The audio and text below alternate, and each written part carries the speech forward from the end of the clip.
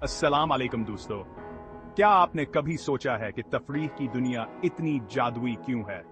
Blockbuster फिल्मों से लेकर वायरल टिकटॉक ट्रेंड्स तक तफरीह हर जगह मौजूद है। चाहे वो ताज़ा तरीन सीरीज हो जिसे आप देखना बंद नहीं कर सकते, या वो दिलकश गाना जो आपके जहन से नहीं निकलता, ये सब हमें अपनी गिरफ्त में लेने के लिए बनाया गया है। अपनी पसंदीदा फिल्म के बारे में सोचें। याद है वो सिनसनी जो आपको इस शानदार मंजर के दौरान मिली थी?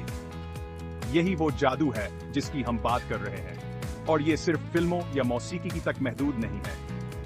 गेम्स, खेलों, थिएटर, ये सब इस मुतहर्रिक, मुसलसल इर्तिका पजीर तमाशे का हिस्सा हैं। क्या आप जानते हैं कि आलमी तफरीही सनत की मालियत $2 ट्रिलियन से ज्यादा है? ये बहुत ज्यादा पॉपकॉर्न और कंसर्ट के टिकट हैं, और आप जैसे मदाहों की बदौलत ये हर रोज बढ़ रही है।